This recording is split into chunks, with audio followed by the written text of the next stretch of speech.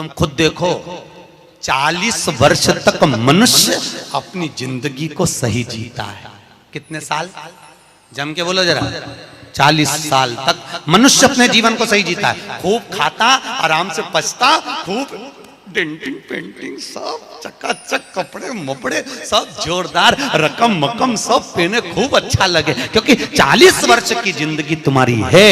तो 40 साल तक मनुष्य अपने जीवन को सही जीता है। 40 के बाद किसकी लगी थी? जम के बोलो, गधे की।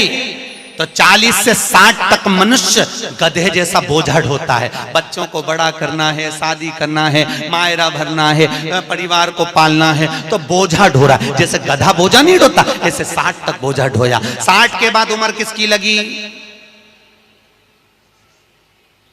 कुत्ता की। जब 80 की उम्र में आता है तो कुत्ते को दरवाजे पे रखा जाता है।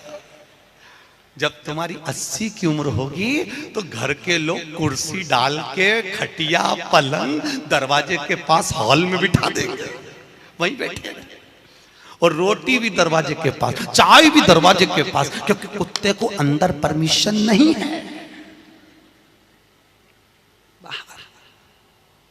और कोई भी मिलने आया तो वहीं से चिल्लाया, बहु, वहीं से आवाज लगा रहा, क्योंकि कुत्ते की उम्र लगी है।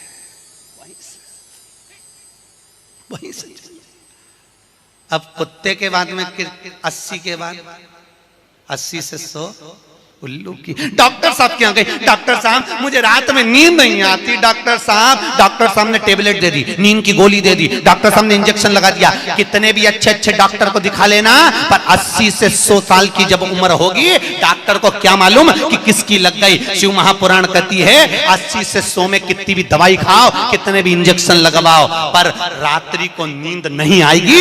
गोली खा भी लोगे तो रात के 1:30-2 बजे तक चकाचक सोएगी, 2 बजे के बाद उल्लू जैसी बैठी रहेगी। 2 बजे के बाद कितना भी खाओ, कितनी भी दवाई खाओ, कितने भी अच्छे डॉक्टर को दिखाओ, पर 80 से 100 में जाग रही। आधी रात को जागे, बहू के मम्मी सो नहीं रही, आई सोई नहीं, आई के मारे नींद ही नहीं आई। अब इसके कौन समझाए? उल्लू की लगी, कौन समझाए इसके? 80 से 100। अपन तो सब कथा छोड़ो, अपन अपनी कथा पे आओ, चलो। महाराज तो जो बहुत दूर रहती है ना, वो अच्छी लगती है। जो पास में रह रही, दूर के ढोल सुहावन, ठीक नहीं है, श्रेष्ठ नहीं है। भागवत ज्ञान गंगा यज्ञ समिति वालों, काय श्रेणी की कथा 10-15 मिनट ज्यादा हो जाए तो कोई दिक्कत तो ना है? हाँ, क्या विचार है तुम्हारा? नहीं, अगर खाना हो तो मैं तुम अक्षतम किस्म कर दूं, मारे कहीं मिर्ची का ठेसा तैयार, अपने कहीं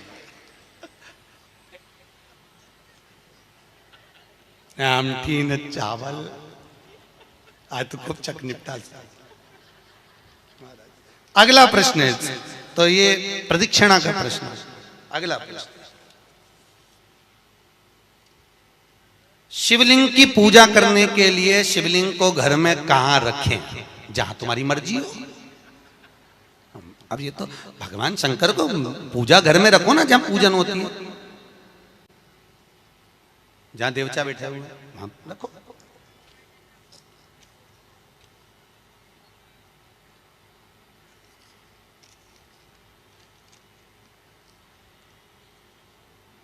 पीपल के पेड़ को सोमवती अमावस्या के दिन 108 फेरी क्यों लगाई जाती है? वाह, बहुत बढ़िया। हमने तो नहीं की लगाओ, अब तुम्हारा मन है 108 लगाने का।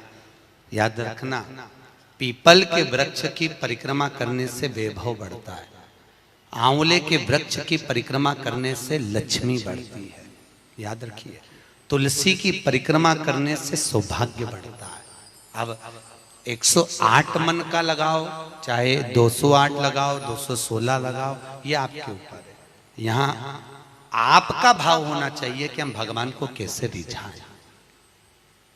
कैसे ऋचा, ये आपका भाव है। उसका फल क्या है?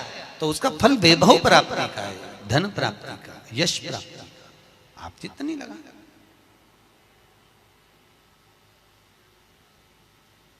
ऋषभदेव जी के पुत्र श्री भरत जी महाराज अपनी योनि से छूटे तो हिरण की योनि में गए। हिरण की योनि पाने के बाद श्री ऋषभदेव जी के पुत्र जो भरत जी थे, हिरण की योनि में आने के बाद में, हिरण की योनि पाने के बाद भरत जी को लगा कि मैं इस हिरण की योनि में पड़ गया हूं, इससे मुक्ति कैसे मिलेगी। तो हिरण की योनि में आने के बाद भरत जी महाराज पीपल के वृक्ष के नीचे जो संत बैठे हुए थे उनकी 108 परिक्रमा करते थे हिरण की योनि में। तो हिरण की योनि के 108 परिक्रमा कर रहे थे। उस दिन थी सोमती अमावस्या का दिन, जिस दिन हिरण की योनि से परिक्रमा करते करते भरत जी महाराज छूट गए थे और वापिस मनुष्य की योनि में आ गए थे।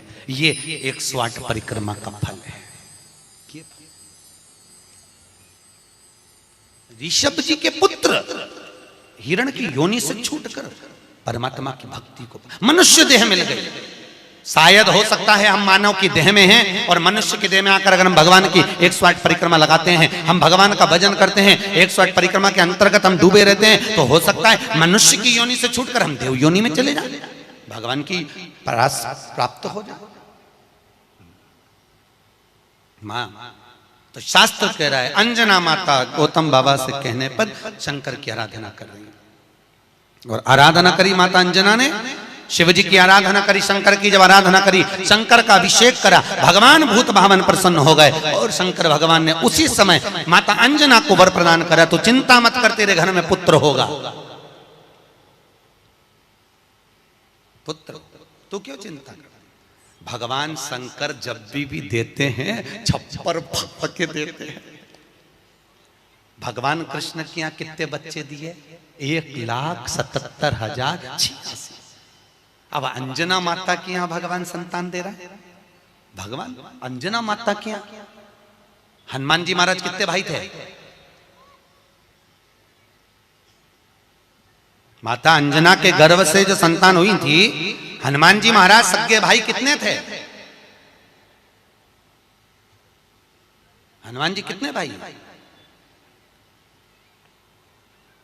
अरे बोलो तो सही, हनुमान जी भाई कितने हैं? सगे भाई कितने हैं हनुमान जी महाराज?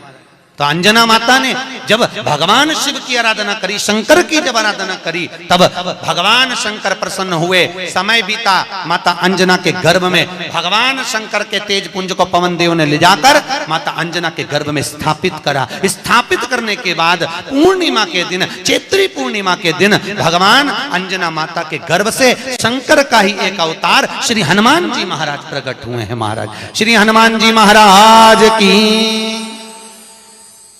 हनुमान जी सगे भाई हैं 6। कितने भाई हैं? 6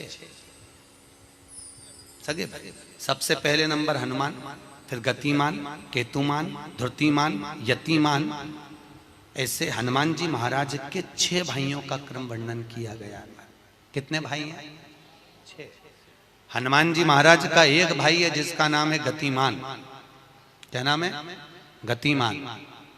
और जिसके यहाँ पर फैक्ट्री हो, किसी भी तरह की फैक्ट्री हो, चाहे वो नट बोल्ट की हो, पानी की हो, किसी भी तरह की फैक्ट्री हो, अगर फैक्ट्री में जरा सी भी तकलीफ आती है तो हनुमान जी महाराज के उल्टा पांव, लेफ्ट पांव के नीचे का सिंदूर लाकर गतिमान का नाम लेकर अगर फैक्ट्री पर स्वस्तिक बना दिया जाता है तो वो फैक्ट्री धड़ाके से चलना चालू हो जाती है, कभी खराब नहीं होती, कभी परेशान नहीं करती। महाराज गतिमान हनुमान जी के 3 नंबर का भाई, गतिमान का नाम।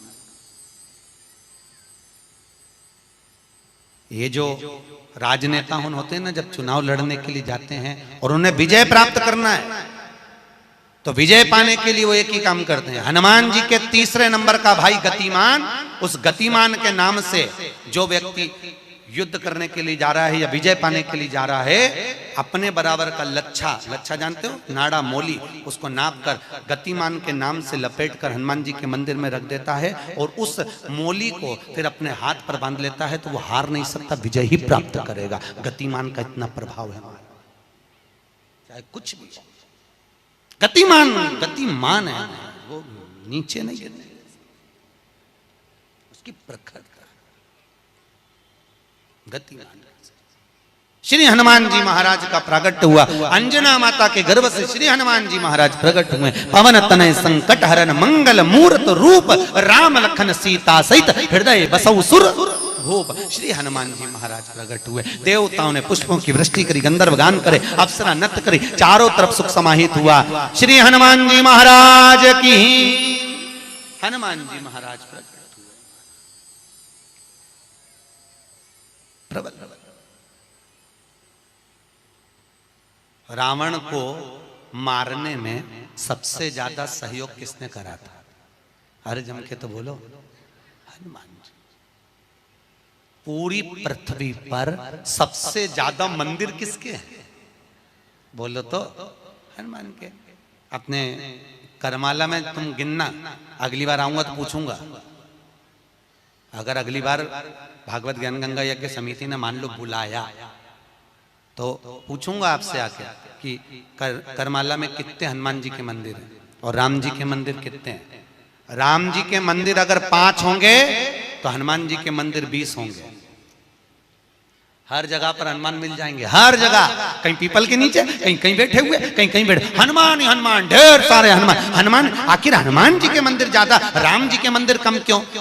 नहीं तो राम के मंदिर ज्यादा होना चाहिए, हनुमान के मंदिर कम होना चाहिए। पर हनुमान के मंदिर ज्यादा इसलिए हुए क्योंकि हनुमान जी ने राम जी की इतनी सेवा करी, इतनी सेवा करी कि भारत की भूमि पर सेवा पुजा गई, इसलिए हनुमान जी के मंदिर ही मंदिर बन गए। मंदिर तुम्हारे भी बन सकते हैं अगर तुम सही से माता पिता की सेवा करो तो। मंदिर बनने में देरी नहीं लगी, तुम